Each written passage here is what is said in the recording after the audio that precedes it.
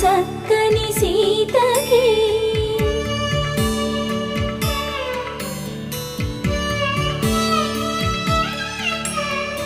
ఎర్ర జాబిలి చేయి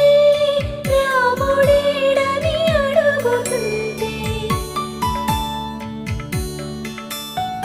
చూడలేదని పెదవి చెప్పే చెప్పలేమని కనులు చెప్పే నల్ల పూసై